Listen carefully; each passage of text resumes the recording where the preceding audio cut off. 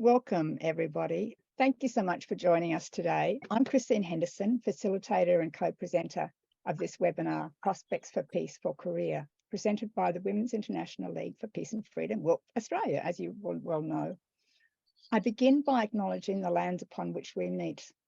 WILPF Australia acknowledges Aboriginal and Torres Strait Islander peoples as first custodians and traditional owners of country throughout Australia, and recognises their continuing connection to land, waters and community. We pay our respects to elders past and present, as well as to emerging leaders, and celebrate their ongoing contributions to peace. I would specifically like to acknowledge the Jagera and Turrbal people on whose lands many of us speak from in Meanjin and Brisbane today. This is a great opportunity for me to let you know what the sequence of this evening is. So we will look first at the historical context, and then Valerie will take us through the current situation, looking at the tensions and dynamics. And Trish will look at WILPF's perspectives, and then what are the possibilities and the future and recommendations too for how we can go forward. And then we'll conclude with a Q&A, some parting comments and some action ideas too. So thanks for being with us here. So the context, this year, the 70th anniversary of the Korean War Armistice, the Korean Peninsula continues to face the threat of war, with the tenuous ceasefire still the only formal mechanism in place to prevent armed conflict. Tensions are again rising. Recognising the need for greater understanding and a more balanced approach, this webinar seeks to examine the history of the Korean War, its legacy over the past 70 years, ongoing impact today, and asks, what are the prospects for peace for Korea? The webinar will end with a Q&A segment. Please note that we do not present ourselves as experts. We are learners for sure, and our research has revealed great complexity of this situation and the divergence in facts and interpretation, even amongst the so-called experts. As a result, we have had to make some difficult choices.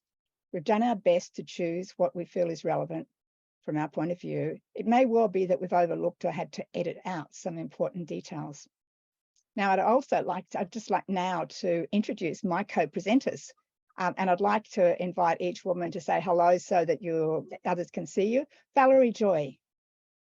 Greetings, hello. Thank you. Trish Dwyer. Hello, everyone. Barbara O'Dwyer. Hello, everyone. And actually, Tassu, would you just quickly like to say hello too, because you've been in the background giving us a lot of support too. So I will begin with a summary of Korea's relevant historical context.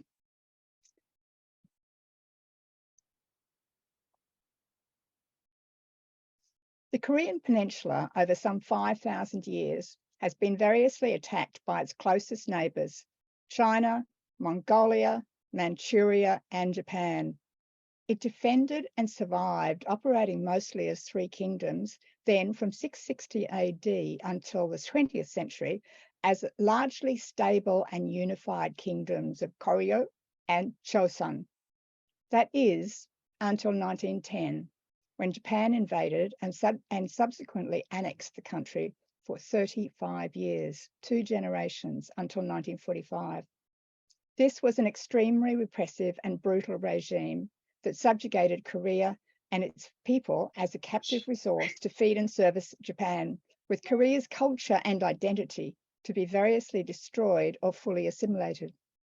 Underground, however, a range of strongly nationalistic independence movements representing from the far right to the far left grew fervently throughout the country and in exile. In 1943, in planning for the end of the war, the Allied powers committed that Korea would be free of Japanese domination and that the liberating Allied power would remain only long enough to oust the Japanese and support Korea to re-establish a stable, independent government and nation. So the US had been insistent that the Soviet Union undertake the task of ousting the Japanese from Korea, because that would provide them with an ally to defeat Japan. Stalin agreed. When Japan surrendered in 1945, the Soviet troops began in the north and proceeded quickly and effectively southwards as per their agreed task. Now, the new US President Harry Truman, however, had shifted the US focus from one of supporting Korea's self-rule to a Cold War-driven drive to contain and repel communism almost at any cost. Capitulating on the earlier arrangement with Stalin, Truman quickly named the 38th parallel of latitude as the arbitrary stop line. You can see that red line marked across the map. This map was actually drawn up at the time, ostensibly for administrative reasons. However, in reality, to prevent Soviet troops moving any further south. This was the Cold War really moving to a new level.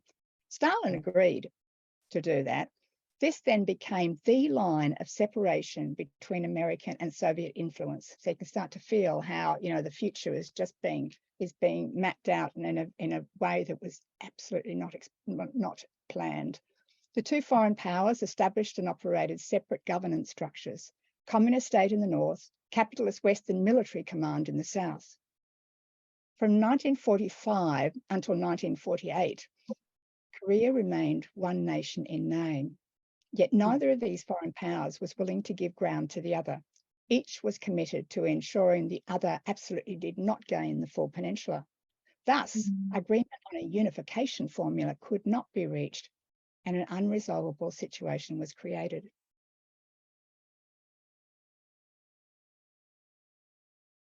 The country in 1948 was permanently divided at that same 38th parallel. The Republic of Korea, ROK, i.e. South Korea, was established by outside forces without consultation or approval by the Korean people as a whole. North Korea, meanwhile, came into being through more internal processes. In the words of one Korean, the Koreans as a people could not believe what these foreign powers did to Korea in the interests of these foreign powers. The majority of the Koreans weren't willing for either the US or the Soviet Union to rule over their country, especially at a point where independence and self-rule was actually, they could see it. The first leaders, the US and the Soviets, had each identified and groomed a leader with appropriate political leaning, and with each having the expectation of leading all Korea as a free, independent nation. Politically, the leaders were both nationalist and both revolutionary. The difference, however, in the north, Kim Il-sung, hailing from a communist Marxist background, fighting the Japanese with the Chinese army, and with training experience in communist ideology in the Soviet forces. And in the south, Ri Sung-man represented the ultra-right wing, which was strongly committed to Western science, education, and industrialism. Plus, he was personally, strongly, even fervently anti-communist.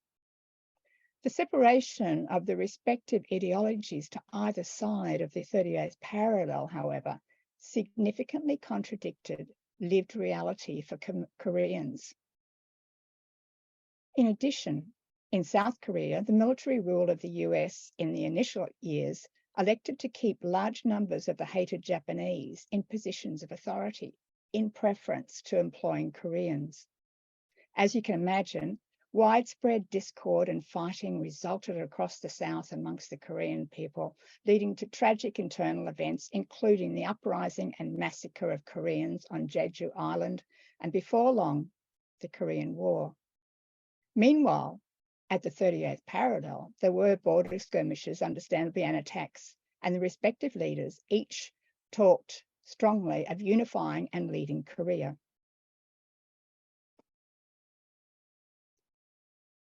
North Korea's Kim Il-sung approached China and the Soviet Union for military backup to do just that, to invade, well, to take over their own country. Both China and the Soviet Union, however, were very reluctant to do so. Neither wanted warfare with the US. Russia, however, did finally provide some limited support in the form of advisors and weapons. Kim Il-sung went ahead and invaded, reaching nearly the southern tip of South Korea. In response, the US brought the situation into the UN and gained the UN Security Council's resolution to recommend that UN member states support South Korea to repel North Korea's attack, to restore peace, and to repair the damage caused to South Korea. The UN Security Council recommended countries make such forces and assistance available to a unified command led by the United States using the UN's flag. The US called the unified command the United Nations Command. Thus, the command was US-led and comprised primarily of US troops. Supported by 16 countries, including Australia, providing fighting units, and 5 countries providing medical support teams. Their job that they were given was completed within 3 months. They had done it according to the brief. However, the US continued north beyond the 38th parallel, attacking North Korea and pressing onto the Yalu River, which is the border between North Korea and China. This was done without consultation with the United Nations or with other UN command forces. A resolution was passed by the UN Security Council. It was passed by the UN Security Council in the absence of the Soviet delegation to proceed north, but that resolution was actually passed after the troops had entered North Korea. And actually Pembroke's book, which I'll mention at the end, is an interesting one for the evidence he's found around that. My apologies. There we go. Further, it violated both the UN Charter and the UNSC's resolution that allowed the forces of the Unified Command to repel North Korea's attack. Mao Zedong had given clear messages about the danger of crossing the 38th parallel. He apparently took the US action as a direct provocation and, in response, sent in several 100,000 well-trained troops. And that actually is, that's where we have the War of 3 years. So the impact of the war, by the end of 1953, the impacts of war on both sides was extreme, especially for North Korea. And the 38th parallel still remained as the divide. Finally, after 2 years of negotiations, the armistice was agreed to in 1953. This was always meant as only a temporary measure. It was an agreement by military forces to abide by a truce. It was signed by the representatives of the armies of China and North Korea, and by the US-led UN command on behalf of the international community. It is not an agreement between governments to normalize relations. Thus, the scene was set for continuing Cold War arms buildup, posturing, threats, and insecurity, which I think we see to this day. The conflict remains unresolved. War has not officially ended yet. China and the Soviets left North Korea quite quickly. The US, however, has kept its military stationed in South Korea ever since, as specified by the Mutual Defense Treaty of 1953. That treaty was demanded by the South Korean president at the time in order to accept the armistice, and it enabled the US military to take operational control of the South Korean military. So if we look in the following decades, for South Korea, from 1961 to 1979 and beyond, strict dictator Park Chung-hee focused on investing in and promoting heavy industry. This provided the grounding for South Korea to transform from a very poor country to world-class industrial nation over time. In this, Park was assisted by a very well-paid deal with US President Johnson. And the deal was for South Korea to send 300,000 South Korean troops to Vietnam, very well paid for it, plus a further loan from the US. The funds gained provided the capital needed to start industry and manufacturing. The early 1990s saw South Korea developing a solid economic cooperation with China as well, which was and that cooperation was at its most robust by the 2000s. As a result, many of South Korea's biggest industries are physically located in China still, and a strong export business has been built to China. Diplomatic relations were also established with the Soviet Union at this time, and later Russia. And actually, the Soviet Union was the first major power to recognize both South Korea and North Korea. In the North, a different story.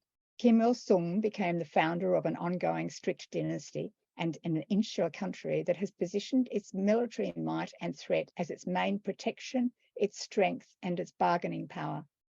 North Korea failed in achieving comparable diplomatic or trade relationships with the US or with Japan. There have been, however, significant steps in support of positive relations and peace over the decades that tend not to be remembered or considered in popular coverage or analysis of the situation for Korea. These positive steps have been with thanks to particular periods of leadership in both Koreas and the work of women and other communities. These have resulted in formal agreements, practical support, and the building of community and cultural goodwill and trust. And part 2 of this webinar will go into a little bit more of that, some really notable examples. And also the ongoing work of women, meeting across the divide to discuss the role of women in creating peace in Asia ever since the early 1990s, organising food shipments, and within and beyond Korea, fostering relationship and peace building. This includes at the international level, the work of Women Cross DMZ, that was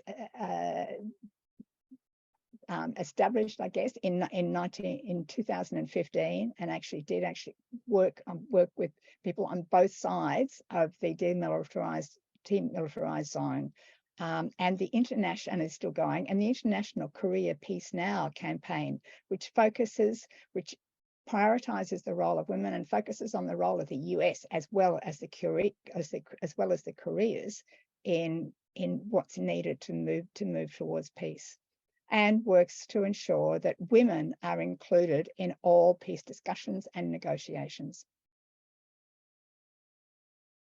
The ongoing challenge is that, however, such steps towards positive relations, while excellent, still rely on that original tenuous ceasefire, with the underlying ongoing conflict continuing to be demonstrated through threats and actions involving North and South Korea, North Korea and the US, and well beyond.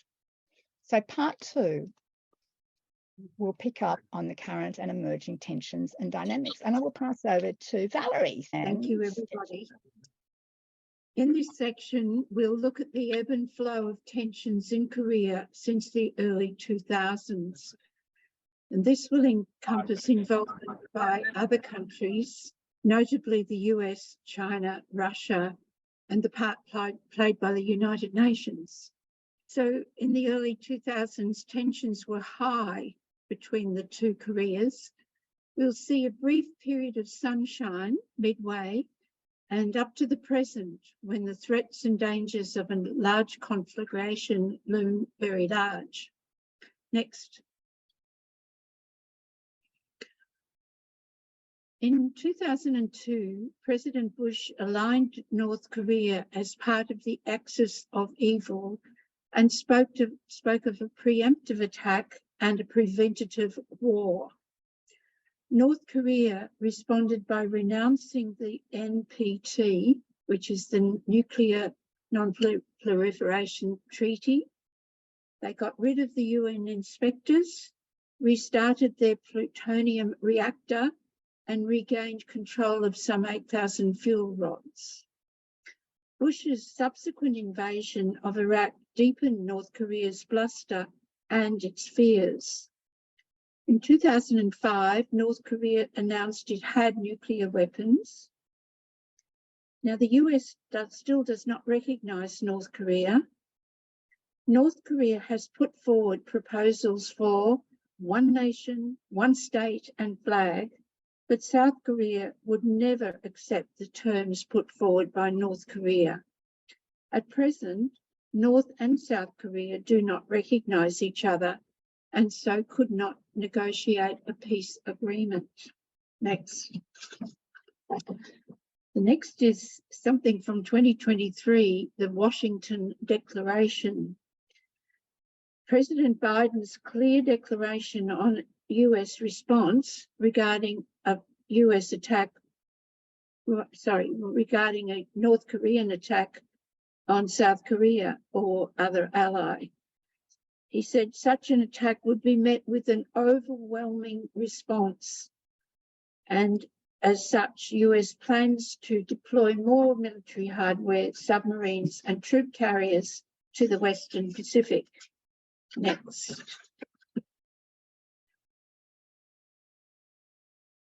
So the civilian aid sent in 2018 was very, very welcome. Women in South Korea are leading demonstrations for peace, and they're not afraid of being arrested. In 2015, 30 women from many countries crossed the 38th parallel. And that was when Colonel Ern Wright was one of them who registered for this webinar. And we're hoping that we'll catch up with her. They joined hands with 10,000 women on either side of the DMZ. And they hoped that would bring a new era of peace and sharing. So the next thing was the 2018 Winter Olympics were held in Seoul, and both teams marched together as one team. So that was a great sense of unity at that time. Australia has diplomatic relationships with North Korea via its embassy in Seoul. The US has no diplomatic relationships with North Korea. Next. The Panmunjom Declaration. And look at this lovely photo, which we've obtained through international Reuters. So from 2017 to 2022, relations did improve considerably under President Moon Jae-in. In 2018, a declaration for peace, prosperity, and reunification of the Korean Peninsula was signed by both Kim Jong-un and Moon. This declaration showed goodwill between the two Koreas. The two governments agreed to cooperate on officially ending the Korean War and the Korean conflict and beginning a new era of peace and sharing. This declaration agreed that both sides would make active efforts to seek the support and cooperation of the international community for the denuclearization of the Korean Peninsula. The declaration was submitted to the United Nations General Assembly in 2018. Next. The role of the United Nations. The UN Food Programme sends aid to North Korea. In 2000 and 2007, the General Assembly adopted a resolution on peace, security, and reunification on the Korean Peninsula. In March 2023, Amnesty International asked the UN to recognise the dire situation for people of Korea. Next. Counterindications. North Korea will not now accept the terms of Panmunjom Agreement unless Russia and China agree. Very few women are in the present South Korean cabinet, which we argue is very essential for peace. In part 3, we will consider the need for participation of women in the peace processes. Next. The 2022 to 2022 to 2023 change of government in South Korea. So the South Korean constitution limits presidential terms to 5 years. And so President Moon in South Korea stepped down in May 2022 and President Yoon replaced him. President Yoon is strongly right-wing and pro-USA. He's publicly dismissive of the role of China and very negative towards North Korea. 2023 marks the 70th anniversary of the US-South Korea alliance. The Biden administration wishes to show strong support for Yoon's foreign policy agenda, which has shifted to deepening strategic ties with the United States. The role of China. Recent cultural conflicts have occurred between the two nations, leading to rising anti-China sentiments in Korea. In 2022, President Yoon stated, "If North Korea genuinely embarks on a process to complete denuclearization, we are prepared to work with the international community to present an audacious plan that will vastly strengthen North Korea's economy and improve the quality of life for its people." North Korea responded that their regime has never seriously considered abandoning its nuclear weapons. Kim Jong-un's sister, rejected Yoon's proposal. Next.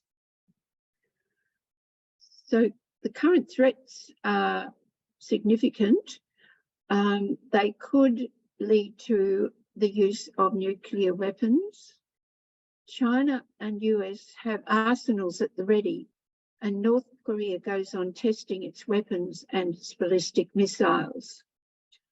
Allies, including Australia, participated in amphibious and large air exercises in both 2022 and 2023. So in July 2022, Kim Jong-un issued a chilling warning to the West, claiming his country is ready to use its nuclear weapons against the United States and South Korea at a moment's notice. He claimed North Korea needed to complete the urgent historical task of strengthening its defences due to the nuclear threat posed by the US. Kim denounced South Korea's President Yoon, accusing him of threatening his country's security and right to self-defence. Australia's role in this talisman sabre is current. Started last Friday when Australia and the US began 2 weeks of war games involving more than 30,000 troops and participants from 11 other countries in a show of force and unity at a time when China has emerged as an increasingly assertive power in the Indo-Pacific. Next. Now, there are impediments to peace, and I've listed the large-scale military exercises such as RIMPAC, which take place in the Northern Pacific, other agreements such as the Five Eyes intelligence sharing alliances from the West, and AUKUS. And in June 2023, 400 personnel from 24 different countries attended the first planning meeting for RIMPAC 2024. So it's getting bigger and bigger. And these exercises and arrangements are done in the name of security, but in fact, they increase tensions and fuel the fears of North Korea. Next. It's called the Hermit Kingdom. North Korea's isolation, the internal factors are it's an extremely repressive society with the people it's suffering from extreme hunger. And the external, North Korea is not a member of any alliance or association, e.g. ASEAN, OPEC, etc. There's a very harsh sanctions regime against it. some food aid to North Korea is received via the International Red Cross and Caritas. President Yoon has very negative attitudes towards North Korea. North Korea has limited external relations with China and Russia. Despite this isolation, this is one light, North and South Korean churches are in dialogue during World Council of Churches meetings in external countries. Next. The US bases, and you can see how many there are, contribute to the tensions between North and South Korea. They feature in the regular war games. The bases provide some South Koreans with a sense of security, but they lead to further tensions with North Korea. Next, responses to the military exercises and military threats in South Korea. In 2023, South Korea had live fire exercises, and they were the largest ever live fire exercises involving thousands of troops and hundreds of military vehicles, simulating a full-scale attack from North Korea, was reported in the South China Morning Post. The location of the tests was 30 kilometres south of the DMZ and followed many North Korean missile tests. So North Korea responds to the annual military exercises by the UN command by continuing to test its weapons and ballistic missiles. Kim Jong-un committed to a new defence strategy in 2022 and 2023. That means more money. Experts say the North Korea's weapons development is driven by the ruling party leadership surrounding Kim, which exercises full control over defence industries and faces scant constraints in concentrating national resources on developing its arms. Next. And this is the overall result is the increasing world tensions. And we are very aware of the impacts of the Ukraine war and concerns about Russia's possible use of nuclear weapons. The threats of conflict between China and the US, specifically over China's intention to reclaim Taiwan. The US perception that China wants to be the dominant power. Global responses to use armaments and threats rather than diplomacy. With communications at a low ebb, it is possible that war could ensue, which would have disastrous global consequences. And finally, Japan is building up its militarization. Japan is responding to the frequent missile strikes being fired across the Sea of Japan. Relations between China and North Korea have never been formally established, but there have been diplomatic talks between the two governments. Relations between the two countries are severely strained and marked by tension and hostility. According to a 2014 BBC World Service poll, 91% of Japanese people view North Korea's influence negatively. And now we turn to part 3 of our presentation.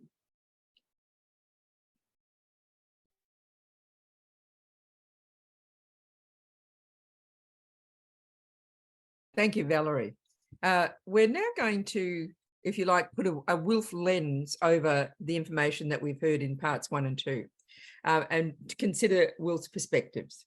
So our vision is a world of feminist permanent peace built on the foundations of freedom, justice, non-violence, human rights, and equality for all. A place where people, the planet, and all its inhabitants can flourish in harmony. Our concept of permanent peace is a world defined by total and universal disarmament, a nuclear-free world where there is universal human rights. Next.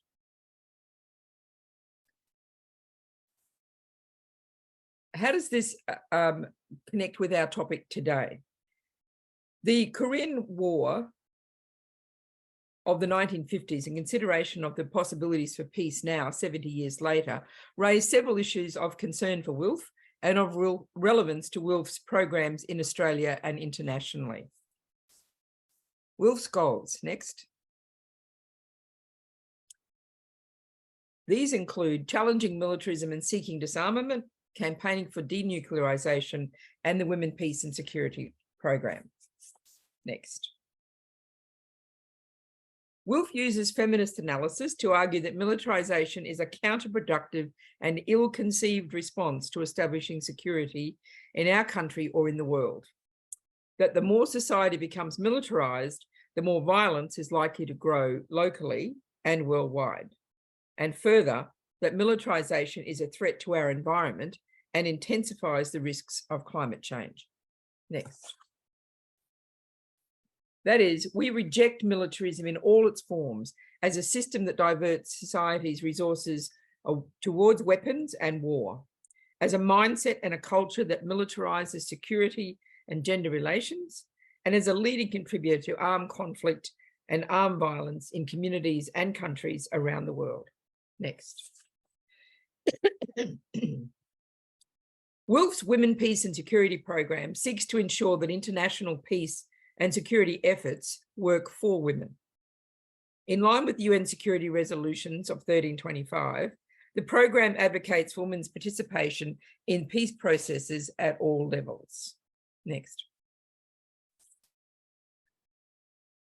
Empowering women to participate in peace building is becoming increasingly crucial. Women who participate in peace processes tend to represent broader and more diverse constituencies, ensuring a range of views and interests are represented and that peace processes are fully democratised. The results are more comprehensive, longer-lasting peace agreements and more durable, positive peace. Next. So if we look back at what we've heard in the previous two sections, one of our main concerns, therefore, is militarisation. In the context of the Korean War and the 70 years since the armistice was signed, militarisation remains one of the most concerning aspects of the situation in the Korean Peninsula and beyond it. And although the armistice led to a ceasefire, the unresolved state of the conflict has been reflected in the fact, as we've already heard, that the Korean Peninsula is one of the most militarised places in the world, and it's in our region. And this is true of both North Korea and South Korea. Indeed, the US has never left South Korea since the armistice was signed. As we've already heard, the US maintains several bases for its armed forces in South Korea, and Camp Humphreys, very close to the North Korea border, is reported to be the largest US base outside the mainland USA, as reported by Time magazine. In January this year, it was estimated that 30,000 American military personnel are stationed in South Korea. This US presence so close to the border with North Korea is, as we've heard, just one factor increasing the tensions between the US and North Korea, and it could be a barrier to peace for Korea. Next. Repeated testings of its weapons by North Korea is just further evidence of the continuing conflict and militarisation in the region. The mere fact that North Korea has nuclear weapons adds an extra dimension of serious concern for everyone. Additionally, the presence of the US force in South Korea has been accompanied, sadly, by the exploitation of many women, including women of South Korea and others from countries such as the Philippines and other countries in entertainment venues surrounding the military bases. Prostitution, both forced and voluntary, and trafficking have been alleged over decades. One author wrote, "The problems associated with the sex trade are particularly pronounced in South Korea, where camp towns that surround the US bases have become deeply entrenched in the country's economy, politics, and culture. Described as exploitative and deeply disturbing, this industry displays and reinforces the military's attitudes about men, women, and power. Recent exposés in the media and legal actions by some women of South Korea have drawn attention to this exploitation, and both governments, the US and South Korea, have sought to condemn it. but it has been a reality of that alliance between the US and South Korea for much of the time since the armistice. Next. Another impact of militarization is the weapons industry, arms manufacturing. Next. Since the armistice, South Korea has become a leading arms manufacturer, and this is now one of its main industries. Next. In March this year, the New York Times reported that last year, South Korea's arms exports rose 140% to a record $17.3 billion, including deals worth $12.4 billion to sell tanks, howitzers, fighter jets, and multiple rocket launchers to Poland, one of Ukraine's closest allies.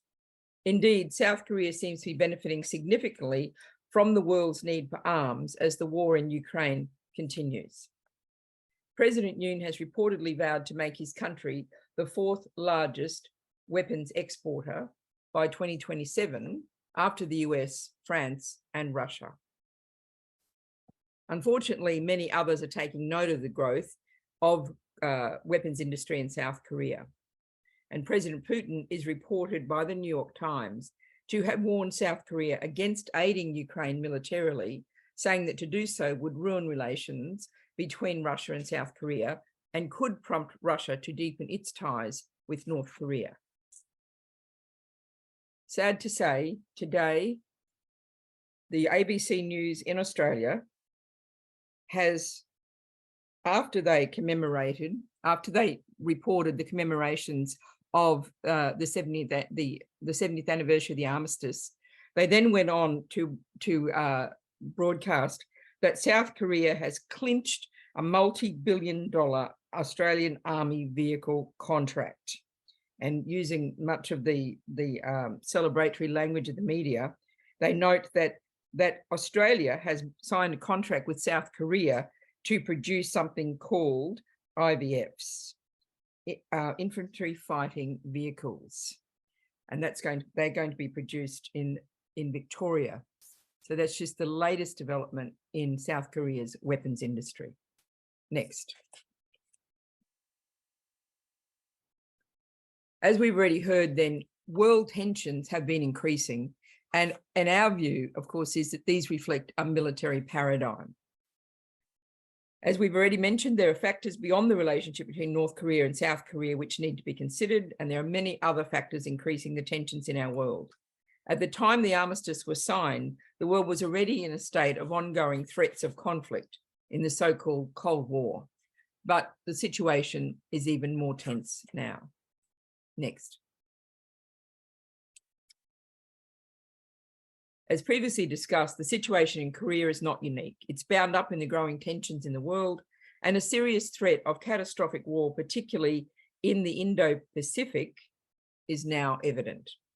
The tension increasing factors have already been mentioned: the threats of conflict between China and the US, China's activities in the South China Sea, the proposed expansion of NATO into the Asia-Pacific region, the growing militarization of Japan as a counter to the missile testing by North Korea, the increasing number of military bases in the region, including those in South Korea. We're also concerned about the growing nuclear threats, with Russia periodically threatening to use targeted nuclear strikes in Ukraine. And if the war in Ukraine goes on for long, heavy battlefield losses could decrease Russia's conventional capabilities and could increase its potential reliance on nuclear weapons. The tensions between Russia and NATO, with Russia reportedly deploying nuclear missiles to countries bordering Ukraine, particularly Belarus.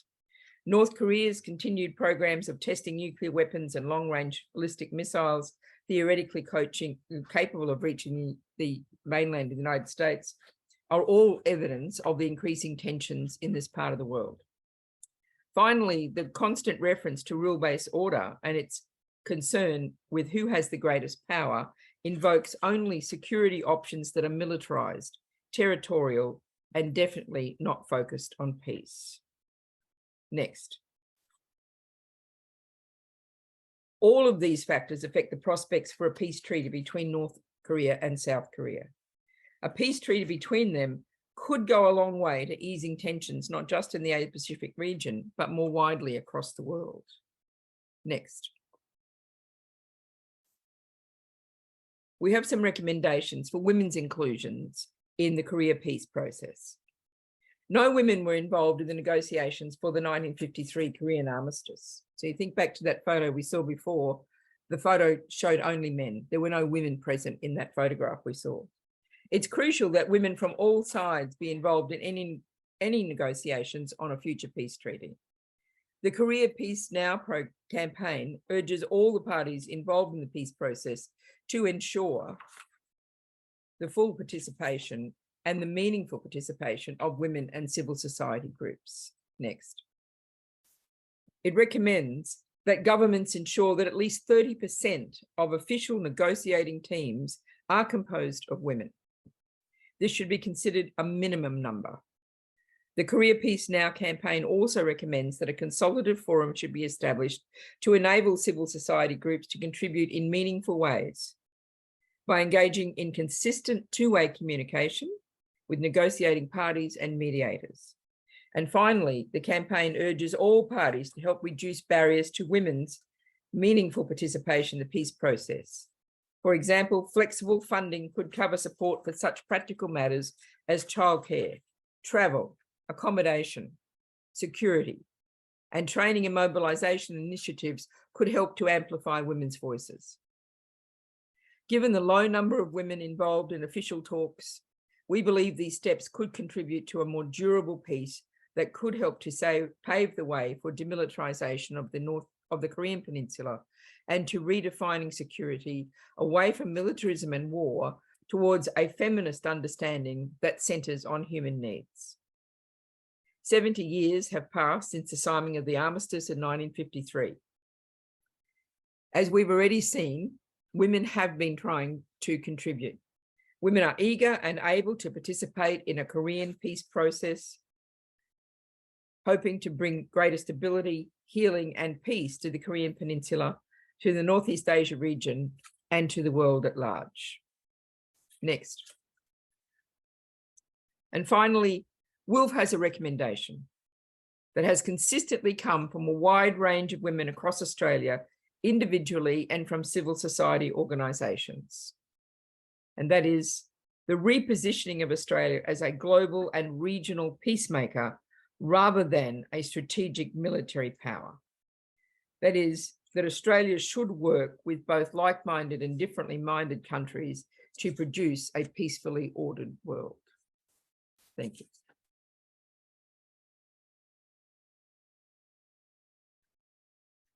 Thank you very much, Trish, and thanks everyone for your engagement with this.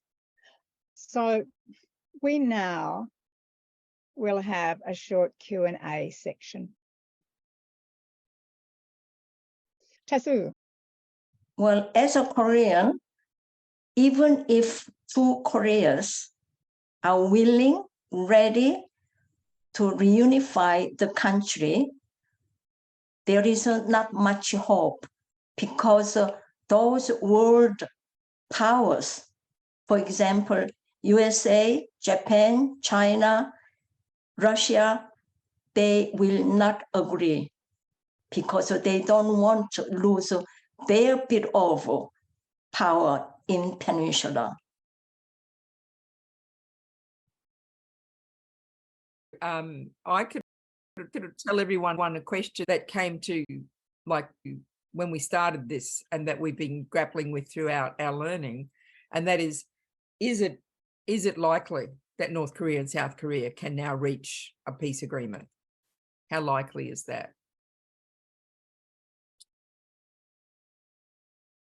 I might just also add there, while we were doing our research, one thing that sort of became clear or evident to me is that the situation is no longer just between North Korea and South Korea. It doesn't seem to be just up to them anymore, that there are so many other nations and interests involved in all of this, like with the UN command being led by the United States. But there's with so many bases, the US bases in South Korea, with the industry that's developed in South Korea, with so many other factors now being brought into it, and with so many people monitoring not just this part of the world, but also Europe, that it's become a really complex issue. And like one of the things that we were sort of wondering is like who would actually be able to sign such an agreement, because signing the armistice was complex enough, but how do they decide who signs a peace agreement, even though it's obviously really needed, really important?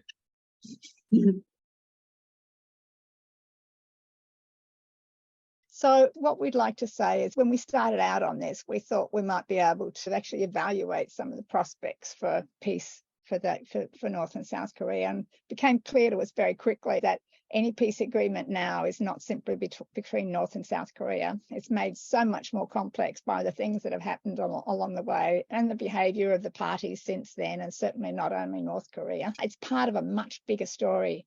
So this webinar is our modest contribution to the many things that are going on around the world as people and organisations, including WILPF sections, pause to commemorate the armistice and to consider what was always intended to be a very temporary thing until a peace agreement was reached. So we actually hope that you will help to lend your voices in calling for peace on the Korean Peninsula and globally.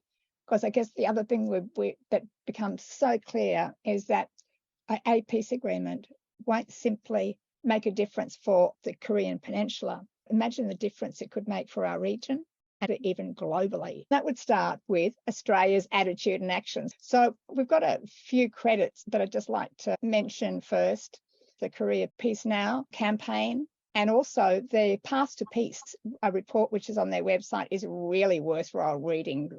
Women Cross DMZ, and they actually have a full day starting in Washington tonight, a full day's conference, which will go from like 11 p.m. tonight to 5 a.m. in the morning. If you would like to carry on, if you're from this, and just keep going, and they are really, it's becoming a sort of a nationwide momentum to really approach the US government to start changing the way that they are working.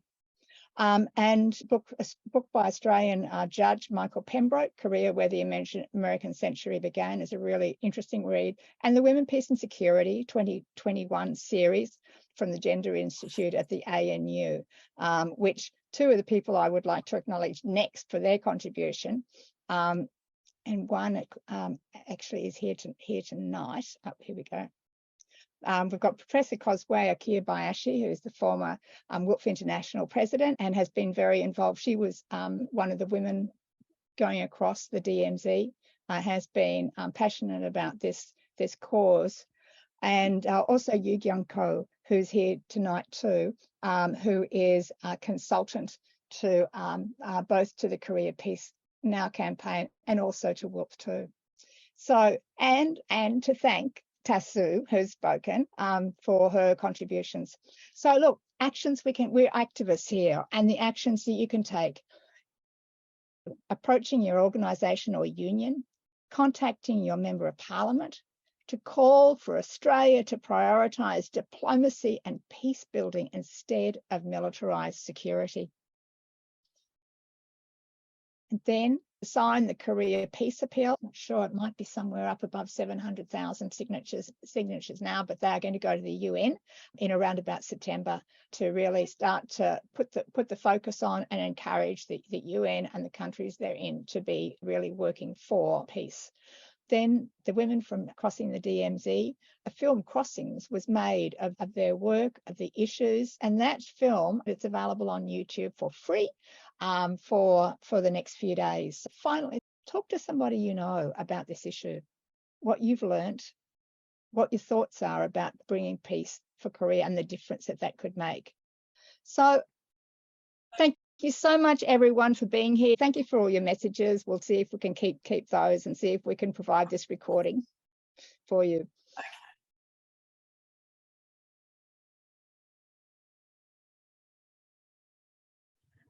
Well, I really wish to express my appreciation to members of WILPF Australia for their many hours of research. It was very good by any standard.